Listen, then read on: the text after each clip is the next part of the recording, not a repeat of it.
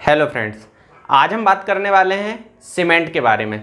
अगर मान लीजिए आप मकान बना रहे हैं तो आपका वर्क तो आपने अब स्टार्ट कर लिया है, लेकिन जो सीमेंट है वो हमारे पास लॉकडाउन के पहले जो आया हुआ है, डीलर हो, रिटेलर हो या फिर मान लीजिए कंपनी में भी मजदूर नहीं रहे हैं तो बीच में हुआ नहीं है आपका कोई भी प्रोडक्शन या मैन्युफैक्चर।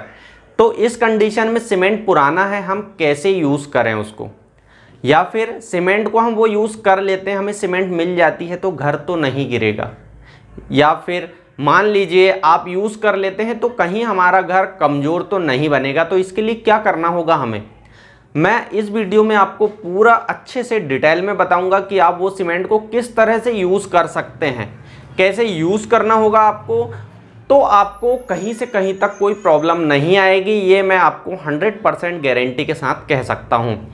लेकिन आपको वीडियो पूरा देखना होगा, हर एक कॉन्सेप्ट समझना होगा बहुत अच्छे से और बारीकी से।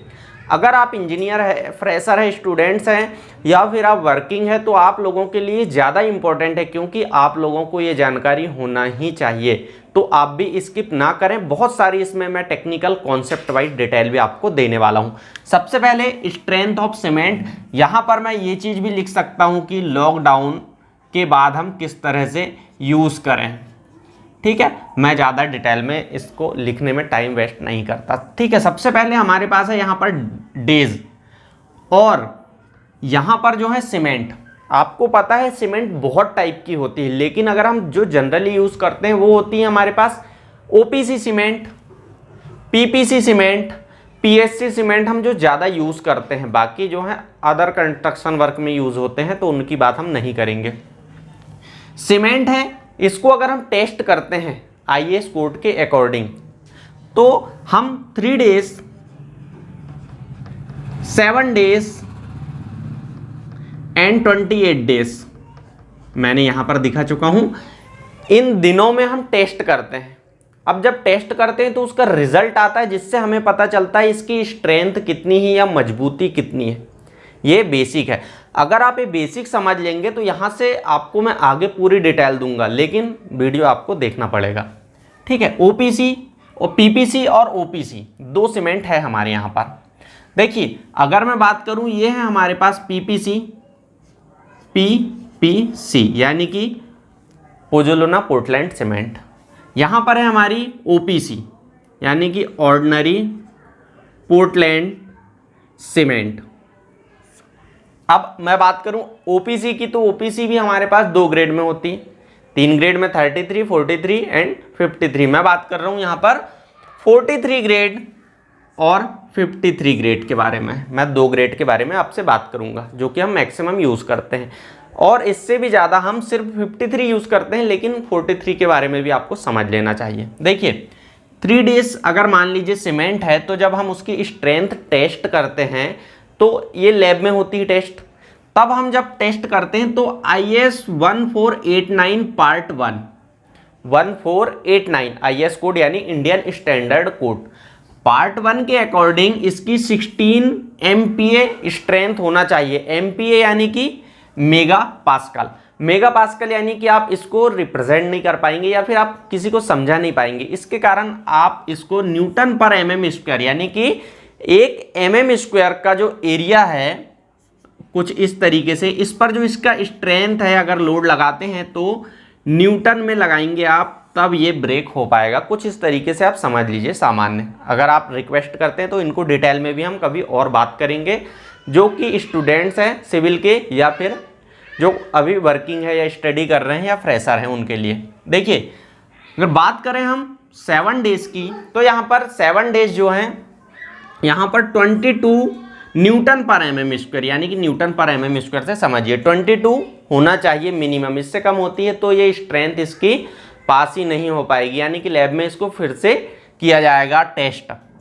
अगर हम बात करें 28 डेज की तो 33 MPa होना चाहिए। पीपीसी की बात कर रहा हूँ मैं, हालांकि जो एक्चुअल में होता है ये 28 डेज के बाद भी पीपीसी अपनी स्ट्रेंथ गेन करते रहती है और ओपीसी के बराबर ही ये गेन कर लेती है और आगे भी निकल जाती है, लेकिन ये डे बाय डे गेन करते रहती है और ये इको फ्रेंडली भी होती है। ये बात हम इससे पहले सीमेंट की प्लेलिस्ट अगर आपने देखे होंगे तो उसमें मैं ये सारे कॉन्सेप्ट आपको समझा चुका हूँ।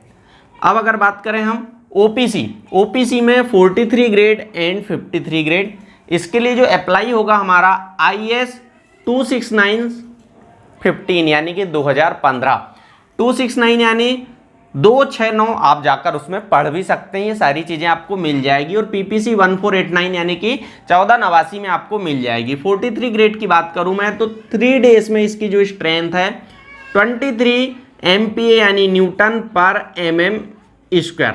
आप समझ लीजिए MPa से न्यूटन पर mm स्क्वायर में बात करने वाला हूं। हम अगर बात करें 7 डेज की तो यहाँ पर 33 MPa इसकी होना चाहिए मिनिमम। और अगर हम 28 डेज की बात करें तो 43 MPa। इसके बाद इसका हम मानते हैं कि स्ट्रेंथ 99% अचीव कर लेती है, तो उसके बाद फिर नहीं कर पाती। अब हम बात करें 53 ग्रेड।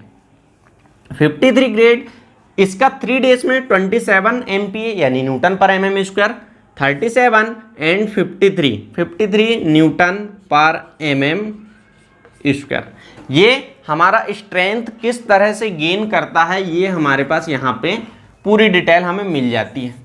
आपको ये चीज़ पता हो गई अब कि स्ट्रेंथ कितनी होती है और कैसे stage by stage day by day cement अपनी स्ट्रेंथ गेन करती है। अब यहाँ से सेकंड चीज, सीमेंट स्ट्रेंथ गेन कर चुकी है लेकिन अब एक डीलर के पास रखी। यहाँ से थोड़ा सा आप प्रैक्टिकली समझिए, सीमेंट जो है एक डीलर के पास रखी हुई है। अब मैं इसको बता देता हूँ, should not be stored normally. Cement को हम नॉर्मल तरीके से स्टोर नहीं कर सकते।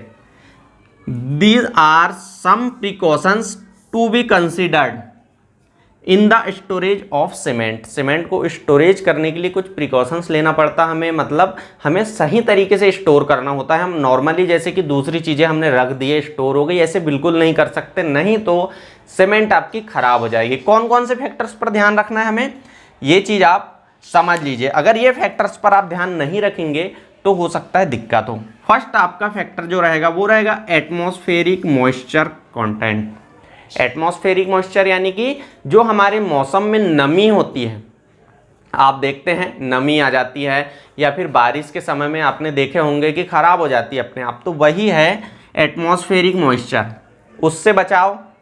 सेकंड है आपका duration of cement storage. Duration of cement storage यानी कि दिन बाय दिन कितनी कम होती है।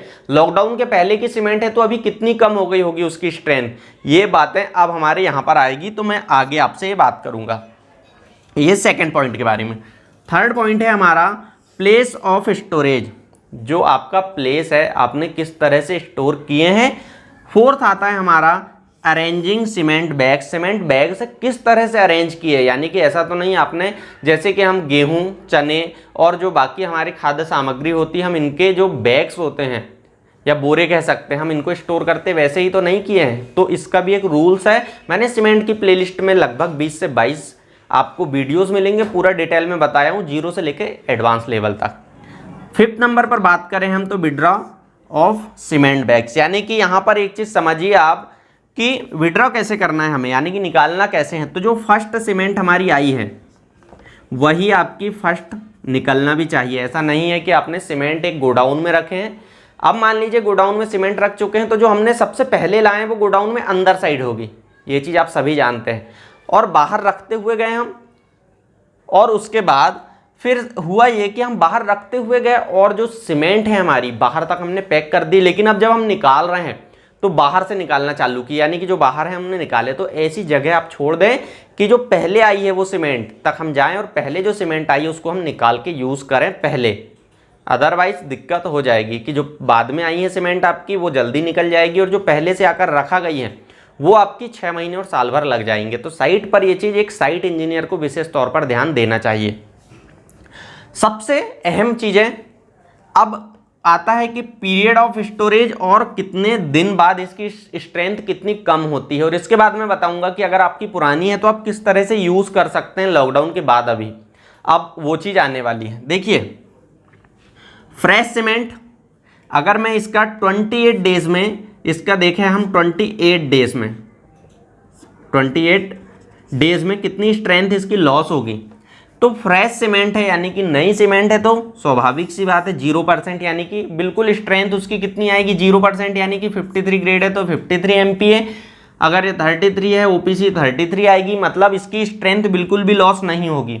अब मान लीजिए 3 मंथ पुरानी है, यानी कि 3 मंथ्स पुरानी है, तो आप इसमें क्या कर सकते हैं? कुछ नहीं कर सकते। 20% इसकी लॉस हो चुकी है स्ट्रेंथ, तो इसके लिए आपको कुछ सोचना पड़ेगा। 3 मंथ डीलर के पास रखी है। अब मान लीजिए 53 है, मैं इसको मानकर चलता हूं अगर कि आपकी 100% है आपकी सीमेंट की स्ट्रेंथ, तो 20 से 30% अगर लॉस हो जाती तो बचती कितनी है आपकी यहाँ पर? या तो 80% बचेगी या 70%। तो ये चीज़ आपको समझना है। तो इसके हिसाब से आप देख लें कि कितनी कम हो रही है। अब 6 मंथ हो चुके हैं आपकी सीमेंट के, स्टोर है कहीं पर, लॉकडाउन के पहले रखी हुई है, पड़ी हुई है, बिकी नहीं, तब आपकी 30% स्ट्रेंथ लॉस हो जाएगी। और अगर 1 साल पुरानी है, डीलर के पास पड़ी हुई है या आपके सीमेंट इंडस्ट्रीज़ में पड़ी हैं, यूज़ नहीं हुई, तो 40%, यानी कि 100% जो वर्क करती तो वो अब सिर्फ 40 भाग ही काम करेगी, यानी 40% ही उसकी स्ट्रेंथ जो है वो लॉस हो चुकी है।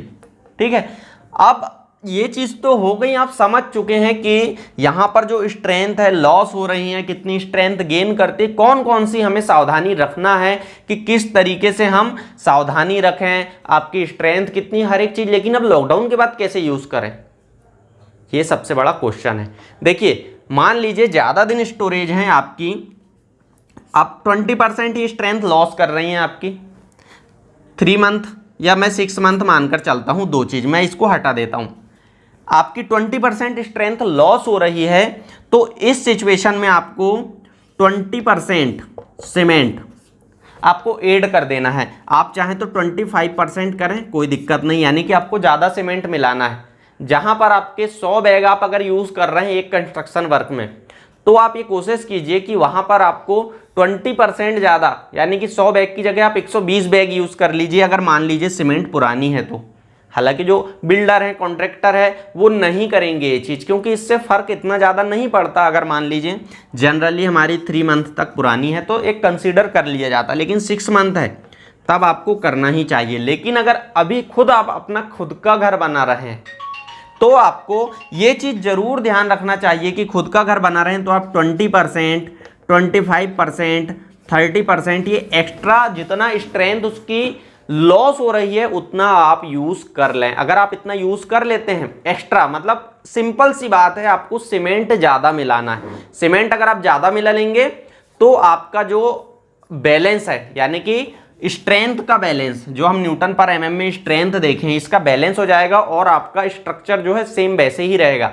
और ये जो लास्ट का पॉइंट है कि कितने दिन बाद, मैं अपने एक्सपीरियंस के बेस पर बता रहा हूं, अगर मान लीजिए आपको और अच्छा एक्सपीरियंस है, आपने फील किए होंगे, आप खुद एक प्रोफेशनल होंगे, तो आप अपने एक्सपीरियंस भी बिल्कुल शेयर करें कि हम इस तरीके से यूज़ कर सकते हैं या नहीं। अगर मान लीजिए आपके अच्छे एक्सपीरियंस है तो आप हमें जरूर सजेस्ट कर सकते हैं। फ्रेंड्स, आई होप आपको वीडियो पसंद आया है। वीडियो पसंद आता तो लाइक करें, अपने दोस्तों के साथ शेयर करें, और चैनल पर पहली बार आए हैं तो सब्सक्राइब करके बेल आइकन जरूर प्रेस कर लीजिए, क्योंकि ऐसे ही वीडियो इस चैनल पर आपको मिलते रहेंगे। मिलते हैं नेक्स्ट वीडियो में किसी अन्य टॉपिक के साथ, तब तक के लिए थैंक यू।